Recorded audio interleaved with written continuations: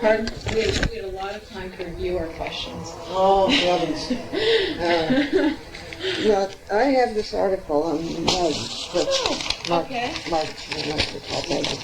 And I can lend it to you, but I want it back. Okay. Because she's a very, very dear friend of mine from about 1920 on. So I don't want to lose it. It was from Juno. It was in the Juno paper. They had oh, no. She needs to leave by noon. Oh, okay. Hello? Yes. Yeah, they're here. Thanks. Bye. Anyway, yeah, there's some controversy over which of you were the first licensed woman, but there's... By examination. Okay. No, there's no controversy. She was registered by, what's some old timers law. Oh. Not NCAR. Hmm?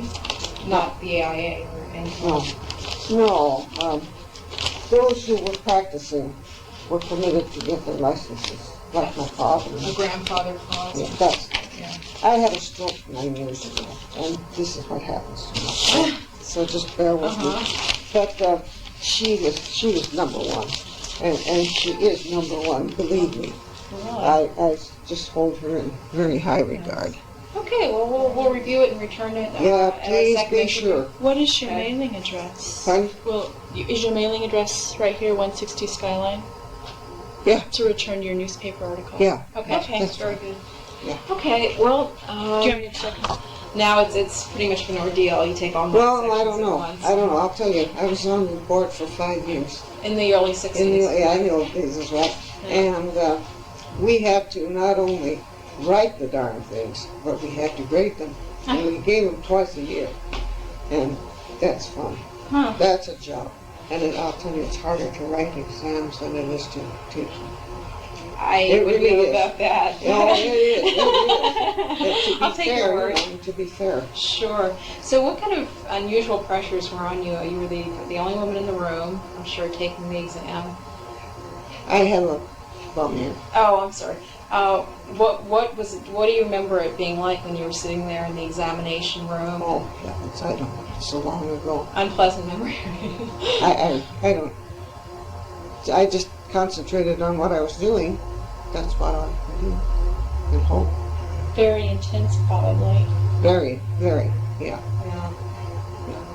Was your father the major person in your life that encouraged you to go ahead with architecture? My father never said who. How about your mom? No. No? And I think it was simply that I was a victim of circumstance, because after the fire, my dad had to move his office back to our basement, and I was exposed to it then. And how old were you at the time? I was 22. I was 9. No, 8. Okay. Well, it was December, and I'm born in January, so I was about 9. Yeah, and then Dad was on the first state board, and many after that. And then Margaret was selected as secretary. And I was looking at that article. There's nothing said there about it, but I think it must have been about 1923 or 23. And of course, then we became very good friends. And they used to stay at our place at the beach, and we've been close friends ever since. We've been up to see her many times in Alaska. And excuse me, she never said anything either, but it was just the association. But I really want to go into medicine. And as I was reading that article, rereading it again now, she also had a bent toward medicine.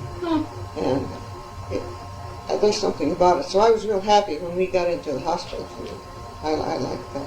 Oh, designing hospitals. So she was more or less kind of the spark for you that got you, Well, that gave you courage. not really. I went down to the campus. I didn't know what I wanted to be, to take. I knew I didn't want to go into music. My older sisters had been in music. I didn't want to go into physical ed. So I just walked over to the art building. Huh. Did you feel like those were your only 3 choices? Oh, I didn't even bother to think about it. I just went there. It was interesting. Huh. It was a grind, Uh-huh. but it was interesting. But at this point, it was mostly a male-dominated Oh, field. definitely. So did yeah. you get resistance from No. male? No? No. Great. How about resistance from professors? More the older. How about what? How about resistance from professors? No. Not resistance from No, your not at classmates? all. Not at all. Huh. Had your father's reputation preceded you? They must have known who, Wicks was. I don't know. Huh.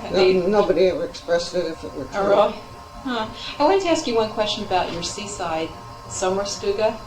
I lived in Sweden for a year.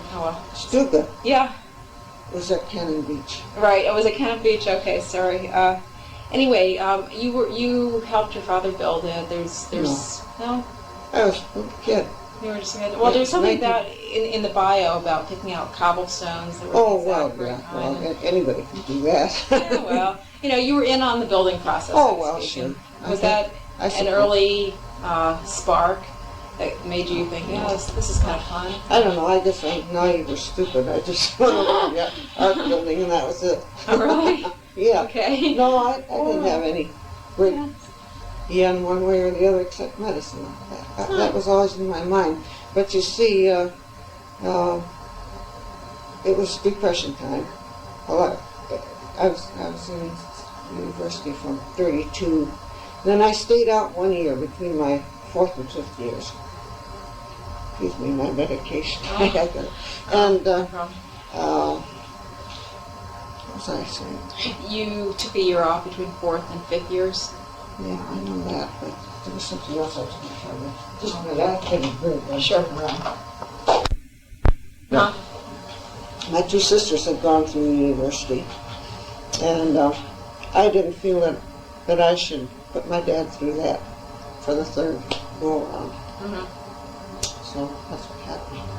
I thought I better stick with something that wouldn't take 9 or 10 years. Right.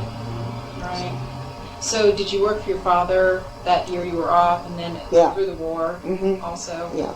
It seems like he worked for the maritime. Oh, no, he had been a stockholder in a shipbuilding company in the First World War.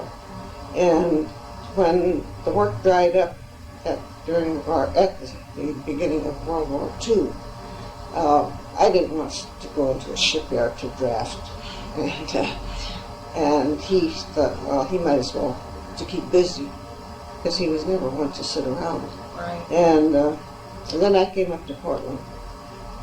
I can't remember how I got into Vancouver Housing Authority, but Don Edmondson quit. He just passed away.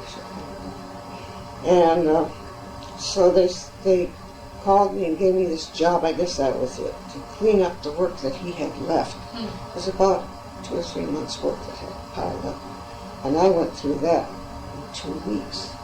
And then I had nothing to do but sit there and look at the dentist pulling teeth across the way, and that wasn't very enlightening or interesting. So I think Mary Alice called me. I told her how bored I was, and I didn't feel that I was justified in sitting there getting their paychecks and doing nothing.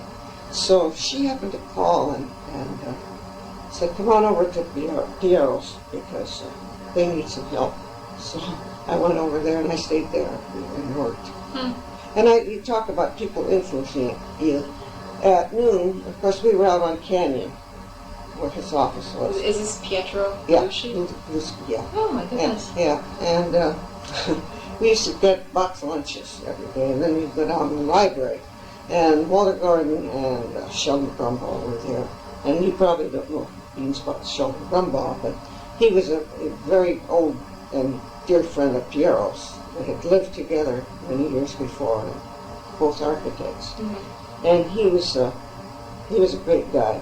And the 3 of us, and then the others would come down when they could, and we would have real good conversations about architecture. And Sheldon had been a student at Cranbrook. And of course I always... Contemporary with you, or Pardon? at the same time? Oh, you no, were there? he was much older than I I. see. He was PRO's age. Were you at Cranbrook with someone named Peter Van Dyke? No, Does the name ring a bell? No. doesn't ring a bell. I'll ask more about that later. I was probably many years before. Not so many. Yeah. But I think that encouragement and that stimulation made a big difference to me. Although I've always said that I felt that I was able to go to Cranbrook because it was wartime, and there were 8 or 9 architects, and they were all men, and 3 of them, 3 Japanese, a South African, Texan. Well, there were about 8 or 9 of us anyway. Oh, and a fellow from Baghdad, and so they just needed more students, so I got in. But I had a ball. I loved it. I just loved it. So do you think it was thanks to the war that a lot of women got into the field, thanks to the war, thanks to the shortage of men? Oh, I don't know about the field. But as far as getting into Cranbrook or Well, I mean, it would just, oh, God, I'm you being know. facetious. No, but I mean, it did help, or it made it a bit easier, maybe. Oh, I think that probably is true. Yes. Because I know that Pietro Belushi had a famous quote that he said, "Oh, it's a horrible field. I would never recommend that women go into it, except for if she's," and this is the big quote, "that exceptional one." Well, I think that was true. But I certainly don't consider myself exceptional, except that I had Sicily. You know what that is. Stick to it, dude. And you're willing to work. It's a very demanding profession. And when kids in schools, you know, they have these sessions where they talk about occupations, and kids want to know. And the first question invariably is, how much do you make? And if you're going in with that thought, forget it. Show them the door. Yeah, forget it. Do you talk to school groups? I don't, but my husband has, and then when we had a partner, he did. We had a very small practice, but we were busy as bird dogs because my dad was a Rotarian from way back, and he had the original Rotary model that was hanging up over his desk. He profits most who serves best, and I that's always sort of been my motto too. And we broke our backs for our clients. And our kids always said, I'm not going to be an architect, I'm not going to work as hard as you do. But, and they didn't. They didn't go that way. But, Did you meet your husband while you were back east in Cranbrook? Yes. He was a widower. Oh. Yeah, he had 4 boys. The youngest one was born in October, and his wife died the day before Christmas. Oh my goodness. Oh, So you can imagine, but we didn't have him for quite a few years until he was older. And we had the other 3. And boy, it was a handful. How did you meet him? He was a practicing He was at architect? Saarinen's. Say again? He was at Saarinen's office. Oh. He He worked working for Aero and Elio. Yeah. Oh. And Wow. Did you take any studios taught by them? take what? Did you take any studios taught by Saranac at all? Topic. Did you take any studios, any classes at Cranbrook taught Oh by yeah, Saranac? that I got my master's there.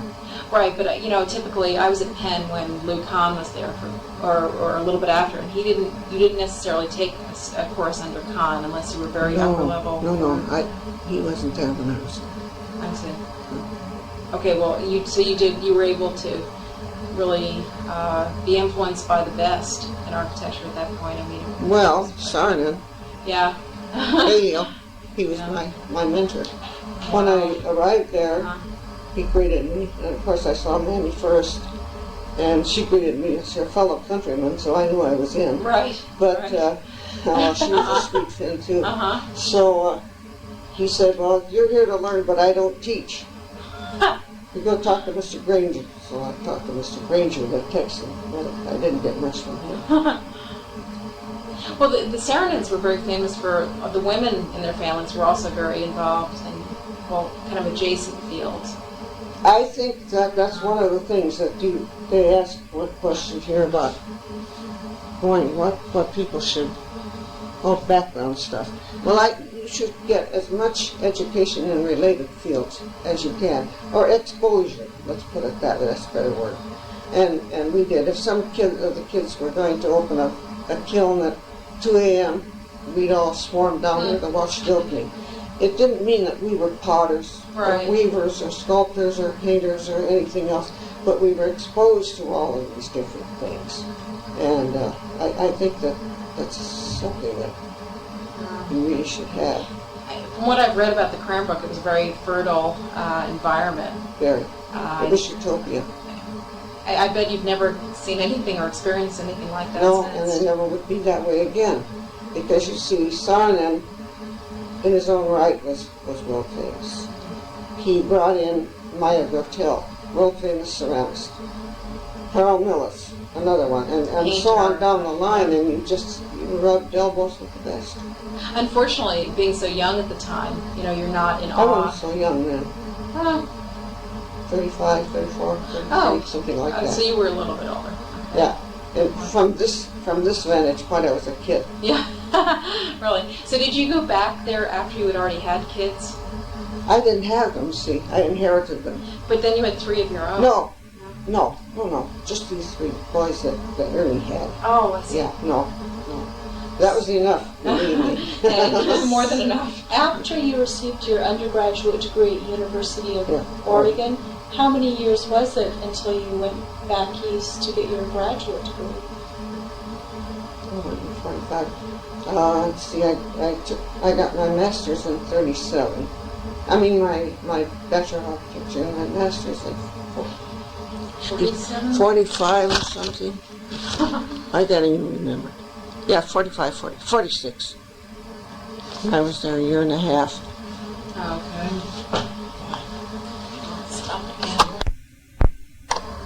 So during that period, you worked with your dad in Astoria? No, that was when, see, the war was in 42, 41, Wow. 42, something like that. Well, then I was up in Portland. Oh. Well, yeah. 42, Beluski's. And Oh. then that dried up after about a year, and then I went over to Glenn Stanton's for a while. That was the only time I felt any resentment at all, and it was very minor. But I had gotten a couple of little jobs on the side from, let's see, what was it called? Housing, anyway, it was federal housing out of Seattle. And they had been down at Stanton's office, and a couple of these fellows I just took to them were liking to me, so they gave me a couple of these housing jobs. And I did them on the side, and Glenn didn't like that. And that was it. But he calmed down after a while. But when his work began to dry up, then I was the first to go, and I knew it had to do with this. And then after that, I had a couple more, and he didn't like that. But that was fine. I didn't care. Well, nothing's changed. They still don't like freelance work on the side. Yeah. So you didn't experience a lot of discrimination. That's not something that really sticks out in your mind. I didn't have That's any. great. I didn't have any at the university. I behaved myself, and the fellows respected me, and they still do. As they They're should. still just as friendly and warm and kind. And By behave yourself, do you mean that you had to kind of be even straighter than straight? You had to always, be thinking I was about what me. you're going to I say. was me. That's You all. were just you. You just. Okay. Well, with such a well-disciplined father, I can see how you had that upbringing.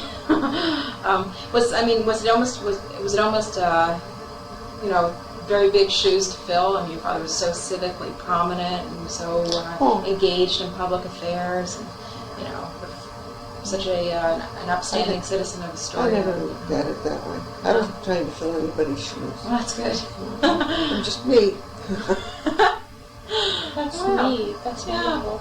I wanted to ask you one more question about your master's thesis at Cranbrook. Yeah. From what I gather, the city of Astoria made a lot of planning decisions that Did they see your thesis, or did they make these? Yes, they did.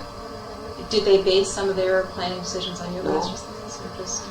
They patted me on the ideas? head, said, "This is very nice." They wanted a meeting at the Chamber of Commerce, so I took my models down, and that's a chore. Mm. And after the meeting, "Oh, this is all very nice and very interesting, but take your toys and go home, little girl." So every time I crossed the Youngs Bay Bridge, I laughed because they said it could never be done. Ha ha ha. Really? Yeah. Did you feel like they were belittling you? They were what? They weren't really acknowledging how farsighted you were being at all.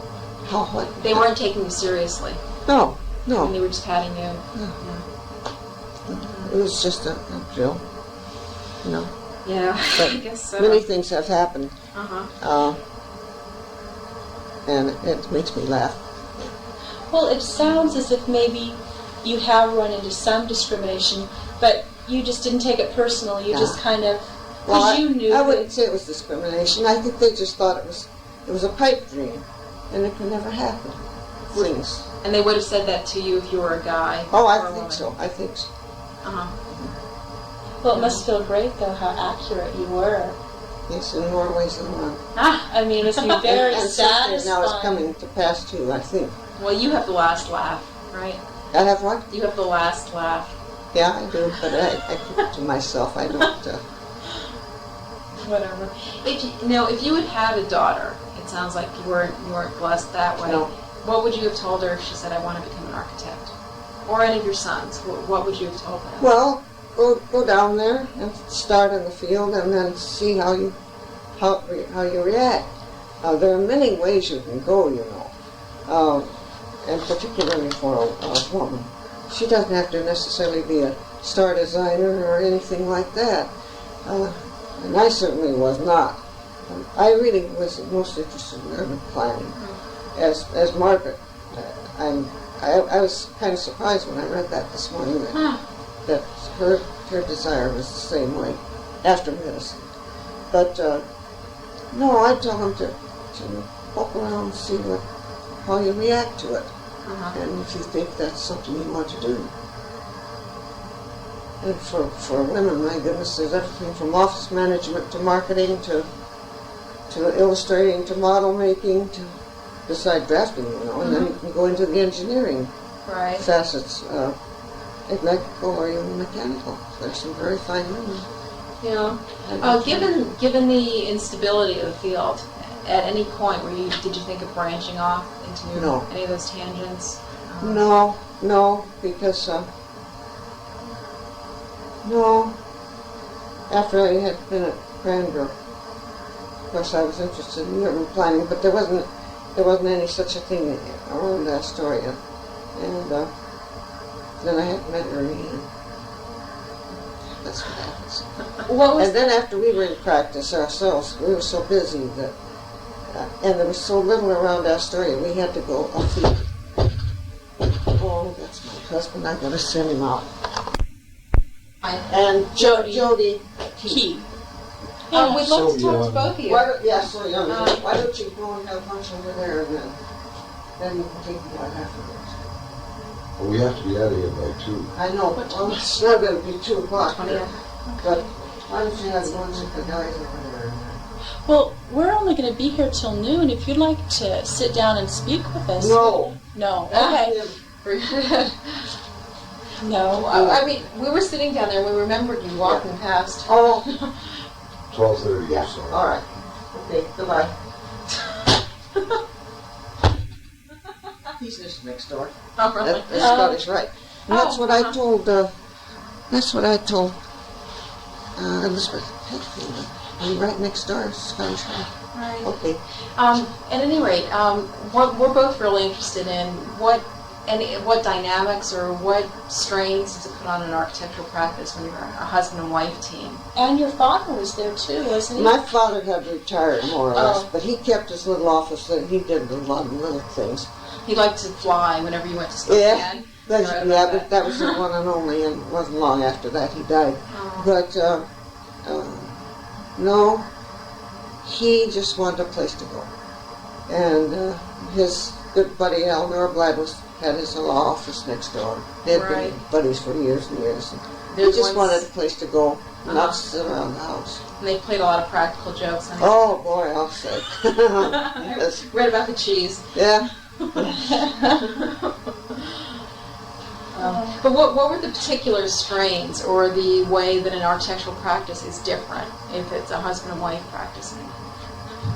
Good, bad? No, I think it's very good. How about your children? What ages were they at when you and Ernie were in Astoria back from the East? Excuse me. Well, they were, I mean, you let's see, were Dale, parents. Dale's, what? I mean, you were parents and you had a Well, business to run. they were older. Let's see, Gary was 6 when we were married. They were 6, 8, and 12. And then we practiced a little bit in Michigan. He was working for, excuse me, a man in Ypsilanti. And just at this particular time, he was working there. And he had a courthouse job at Washington County. And we designed the county building. I put that. Right, right. So, and we had a studio in the house at home. But when we were in Astoria, excuse me, I had a lot of freedom. And I stayed home till the kids went to school, and then I tried to be home when they came home. So it was no problem. So you worked part-time, Yeah, and you always kept connected, it sounds like. Yeah, I sharpened a pencil so I could read it. That's very clever. But as a husband and wife team, I mean, everyone immediately thinks of the Venturis, for example, Denise Scott Brown, Robert Venturi. And I heard an interview with them where they said, yeah, there is a division of labor. It's your marriage translates into the practice. I mean, it's not, you don't just put on a different hat. And all of a sudden, you know. No. But we didn't argue too much about it at home. We tried to keep At that. 6 o'clock, you know. Yeah. I guess 8 that's- o'clock or whatever. Yeah, right. And every Midnight. weekend. Huh. No, So we found that these hospital boards particularly, or any church board or anything like that, the women were most receptive to having a woman on in the firm, and the men gradually came around, so it was fine. Huh. Yeah, You didn't actively encourage or discourage your sons mentoring? no, not at all. No. They were very independent. Uh-huh. No. They just did not want to work as hard as we did, and we did have to work awfully hard. Because, excuse me, when you're in a small town, you can't pick up draftsmen willy-nilly. And you have to do the work yourself. Mm-hmm. So we did put in many hours, and then, as I told you, we served our clients well. Yeah. We did. Sounds like you had a lot of repeat clients. We had a lot of repeats. Yeah. For example, Albany Hospital started in 62, and then 69 was the last, second, 68 was the second, or 69. 69 was the second phase. And then we had a lot of repeats because these administrators would tell another one and so on down the line. For years we never had an interview. We didn't have to bother. Huh. Well, they tend to be conservative in hiring, and they like to stay with the same person. They what? I've worked with hospital boards too, and they like to keep with the same person, just Yes, they do, stability. if they can. They're very conservative clients. Mm-hmm. Back to that intrinsic instability of the architecture field, which I think is greater than in other fields. Did you at any point attribute that to part of it to being female, or did you attribute it to just being a crazy field and it being wartime or bad times economically?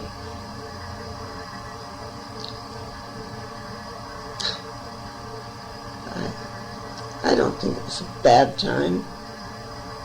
The 50s were pretty boom years. Pardon? The 50s were very good times, actually, for architects, for housing. Mm-hmm. Well, that wartime housing was really like trailers. And they gave you so many feet of electrical wiring, you had to spot the stuff so that wire would All right. cover. All right. So you don't attribute much of the instability to being a woman? No, I don't think so. Okay. Okay. One thing I was interested in is you grew up in this largely Finnish community. Your father was very respected. How much of a, these days women speak of what they call a supportive network, and I know it's a new term, and it's, in your time you found other ways of finding support. Did you find a lot of support in the Finnish community? For what? For being a woman architect there, just for doing whatever you wanted to do. Well, the Finns are very clannish. They had their little enclave in Uniontown. Mm-hmm. And then the Norwegians and the Danes were in Upper Town. Ah. The Swedes were kind of in between them, and we were in the center part of town. I'm speaking residentially. Okay. And we were with the country club crowd, but we did not run with them, nor were we. My dad was a charter member, but he gave it up because he wanted to go, have his family go with him on Sundays. He didn't want to go golfing. Uh-huh. And so we went to the beach. We built a house. Right. But it was rather strange that the Finns held us in awe, me, the kids, mm-hmm. And I had one person tell me that her son would like to have gone out with me, but I went to college. Couldn't do that. And some things never change. Yeah, right. And Norwegians and Swedes, I don't know, they were up here. Uh-huh. So, did you ever really kind of acutely want to be able to call up another woman architect and nearby, like 50 miles away, and not have to feel so alone? I mean, when did you just find other ways to fill that need? Was it a need at all? It wasn't a need. It wasn't. There weren't any architects 50 miles away. Okay, 100. Margaret was the closest. Oh, really? Yeah. So did you work together, or did you just kind of keep up with each other's careers? Oh, we kept up with each other. She came to our place a lot. Right, you mentioned that. Uh-huh. But she was always up in Alaska, though. Oh, no, she lived in Portland and up on Council Crest, and then she lived out in Lake Oswego. She had a house. And she sold that house, let's see, she was in Juneau twice. Mm-hmm. Of course, the second time she stayed. It was after she had been, I think it was when she was up there the second time, she finally sold her house in Lake Oswego. I see. So she must have fulfilled some of that need, even though you don't express it as being very strong. I mean, she fulfilled part of the networking that we call it today. She felt a need for what? No, she must have been there for you a lot. I mean, she must have been a very important person. She used to everybody. Oh, really? Mm-hmm. I'd love to get to know her. Read the article. Yeah, okay. Well. Yeah, we were supposed to go up there a year ago, and then we couldn't because of illness in the family on her 90th birthday. But we couldn't, and I haven't heard from her. She's in the Pioneer Home, they call it. Residents in Alaska who lived up there a certain number of years can go free, no charge. And she's lived there. And I haven't heard the last year. I wrote to her some time ago, though. I should have. Wow. She's a great gal. Yeah. I understand what you feel when people are like, oh, well, who inspired you? Because people ask me that. Oh, well, who made you want to become an engineer? And it's like, well, I looked through what was offered at college, and I just kind of picked it. And there wasn't any, big explosion, oh, this is what I have to do. And even now, people ask, who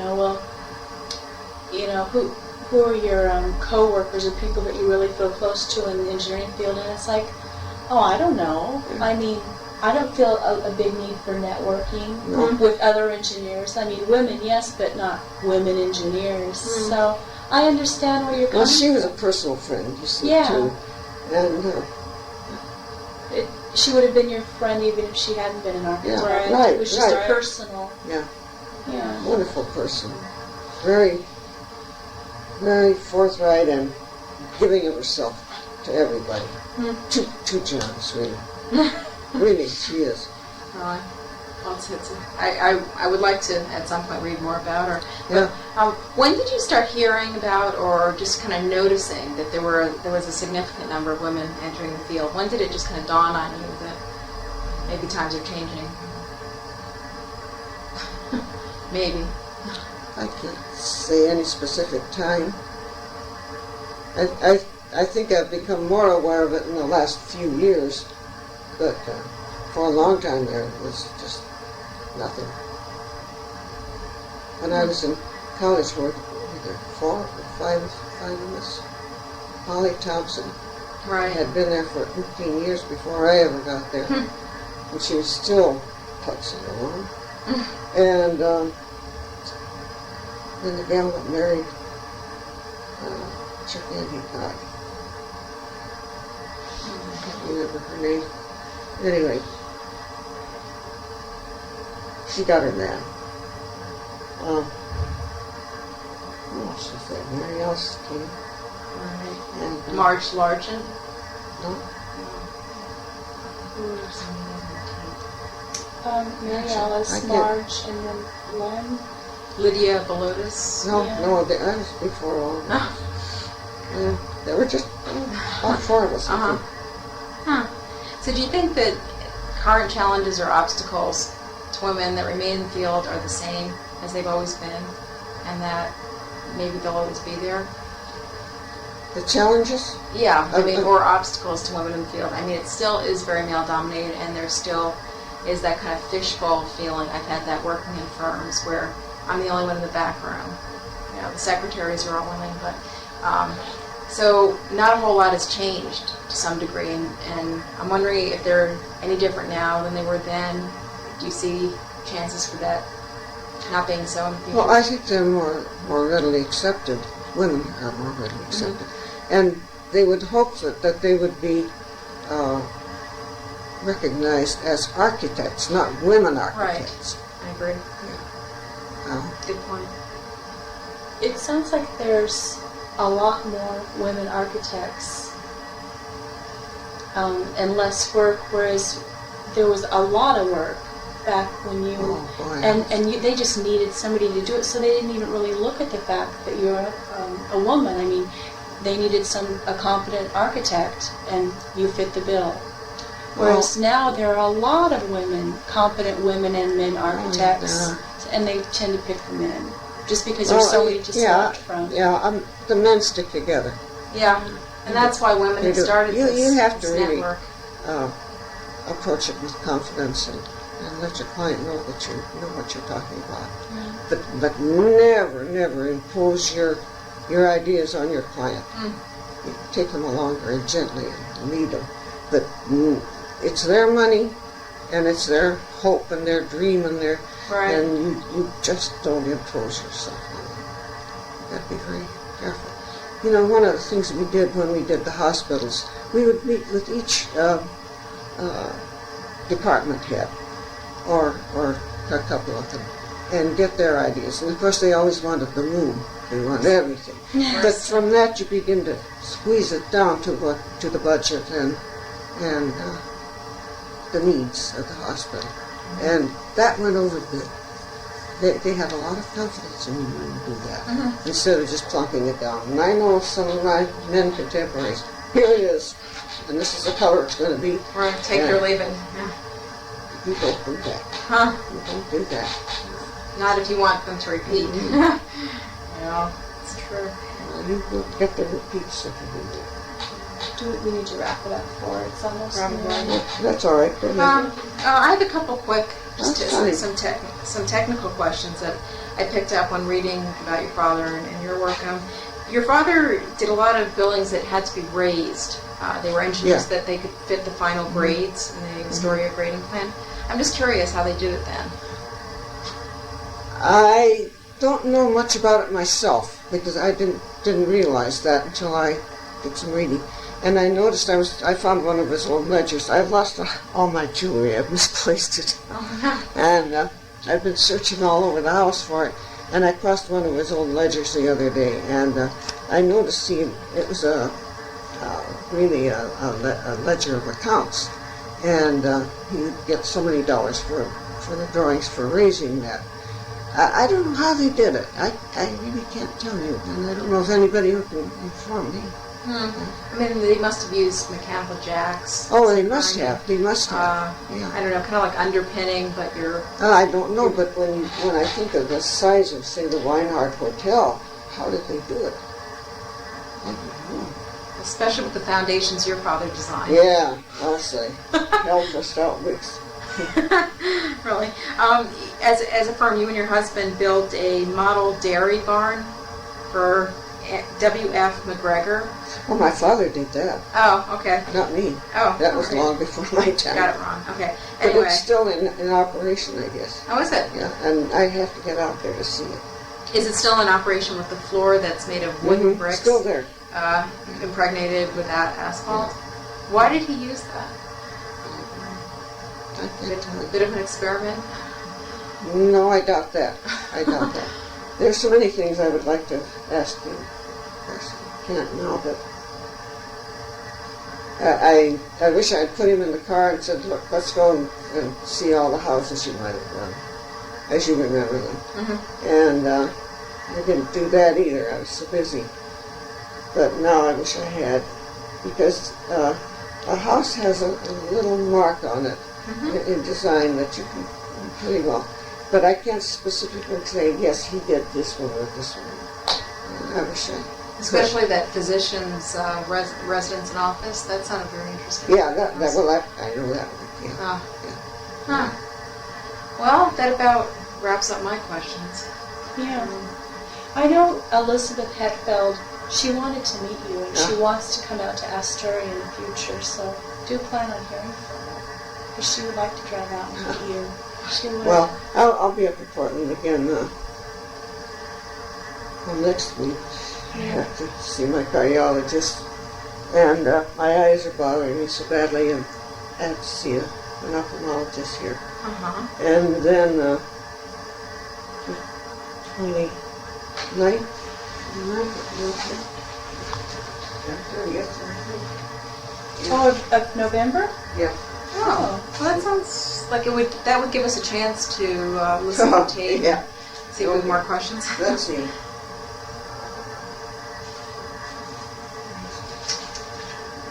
So 29th, I think.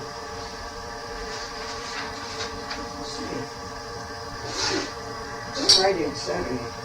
My husband used to come up early because he has a meeting on Friday. The 30th, Saturday is the 30th. Saturday? Yeah. Yeah. Well, then we'll be up to 29th and 30th. Okay. 29th. He has a noon meeting. Okay. Would it be possible if we had more questions, or if you wanted to listen to this? We'll be here, not at Heathman. Okay. Very good. Okay. I kind of have one question to wrap things up. Yeah. Other women that you meet your age, from your generation, do you feel really unique from them? Does it seem like most of them had completely different lives? You know, they were just moms that stayed at home, and that you were much more Focused. The architects? No, just other women your age that grew up in the same time period. Do you feel really different and unique from them? Why am I different? Well, because you had a career, whereas maybe they didn't at all. They didn't get out in the public. They didn't meet with, businessmen and. Yeah, I know what you mean. The only time I feel it is that I feel that they sort of shy away. They're afraid. Oh, I feel that. Too intellectual. That you'll automatically make comparisons. They do. They do immediately. Just like they say, oh, I don't want you to come to my house and sit there and look at everything. I don't. I can find the same amount of dust at my house. This was all the first two phases. Oh, goodness. We're going to want to show some of your work. Oh, it isn't showing. I thought No, it is. But it absolutely is. We would want to take pictures. We don't want your work, of course, but we'd want to take a picture of this to have. I told Elizabeth that I have a problem because I only did a few things at home way back, you know. And my dad did most of the structural work. But now, like Ernie and I did this one. Where These is are the this? first, Albany. We didn't even have money enough to put Albany Hospital. And that was taken just after it was opened. Late 60s. But it's only the first 2 phases. They haven't gone any further. And you know, immediately after that, and we did a lot of research before we did that hospital. Immediately, or very shortly thereafter, this whole concept of hospitals changed. In-room birthings and one-day surgery stuff, you know, and so it made for a little unhappiness on the part of some people, I think, because we didn't have that concept of It was the effect of economics changing architecture there. Yeah. Well, what we'd like to do is certainly be able to photograph your thesis model. Well, I've got them, and I've got the negatives. Oh, okay, very good. But now this was how we started. See, I took, and it's crude, you know, because these were bubble studies of neighborhoods. Right. But first of all, you project population and all this sort of stuff, and then you work from that, and then you develop it into neighborhoods, and these would be like. Are you familiar with this technique? Huh? This is interesting. Yeah, it's a planning technique that shows clusters. Yeah. Well, this would be like junior high school area, and these are elementary schools. I've forgotten what it was based on. 28,000 or something like that. And do those projections, the demographics work out? Yeah. No, they haven't. No. Not for us, sorry. No. And then this is the second step. Well, and then this was the second phase, you see. And then you try to follow contours and a little more. Now, this is the thing that they're talking about now. Oh. But State Highway was talking about going this way, and then over this way, and then across. And this is the thing that when I go across this causeway, I laugh. But so this is there now. This is there, but not this part. This is all wetlands now. See, that's all changed. Well, they have to have access to the airport, so something happened.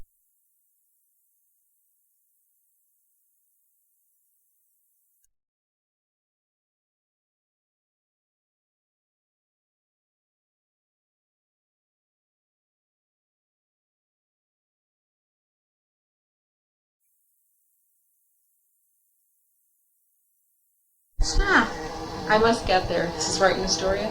Yeah. Oh, yeah. I better get out there. Fabulous boy.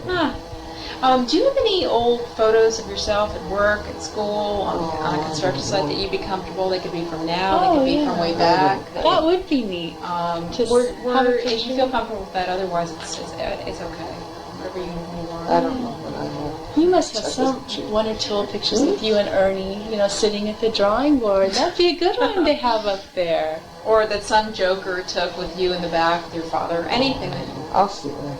Okay. Yeah. That would be neat. This was a Astor Library. That's a pretty good one. Oh, my goodness. Astoria. You got into precast. Precast? Yeah, these are panels. Were they tilt up or? Yeah, they were. Yeah. Huh. Tilt up went back that far. Let's see, how long ago was this done?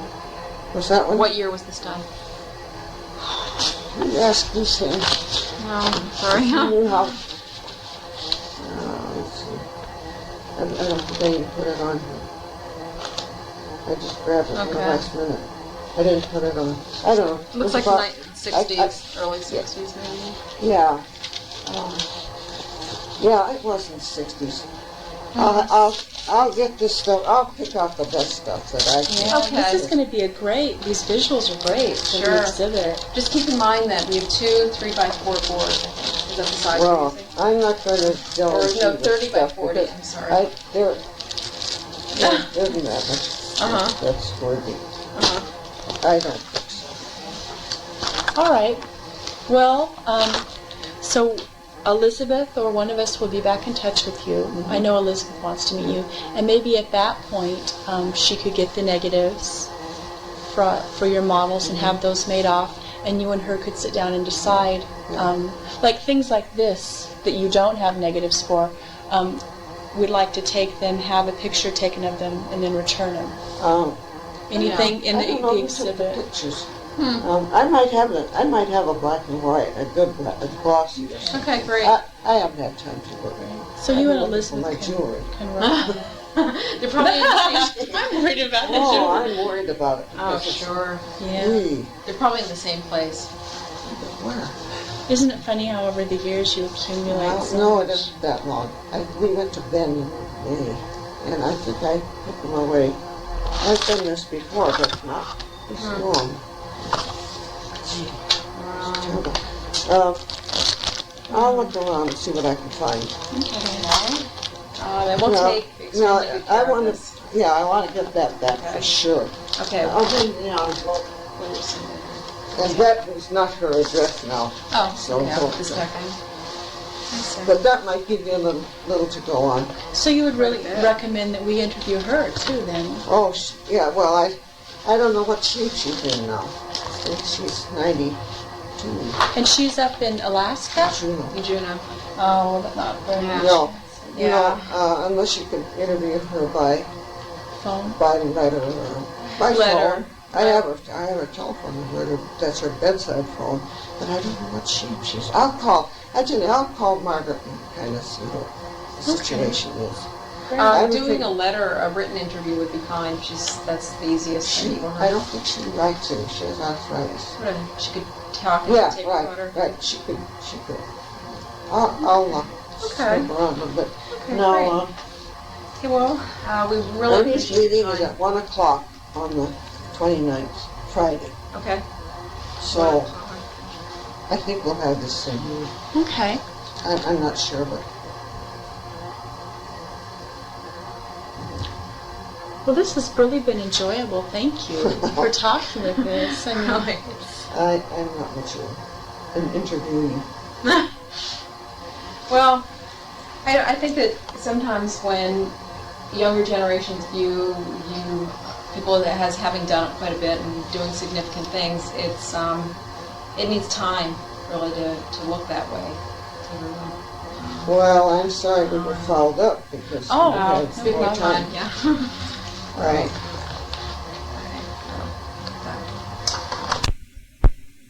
Densities that have gone crazy on the shores. I mean, my father grew up on the New Jersey shore, and they have artificial buttresses and jetties and abutments and you name it. Every single U.S. Army Corps of Engineers study has proposed something new, and they just can't because there's just too much development. It's literally making it sink. And so we try to go to Atlantic City now, because as kids, the Monopoly board is based on it. It was very inspiring. That's frightening. It's an armpit. I think Lincoln City is a pretty good example of what's going to happen unless we have some control. Well, anyway, we don't want to make you late for lunch. Ooh, it's 12:30. He'll be back. Oh, he could have lunch over there, so that's no problem. Well, again, I'm sorry about it. oh,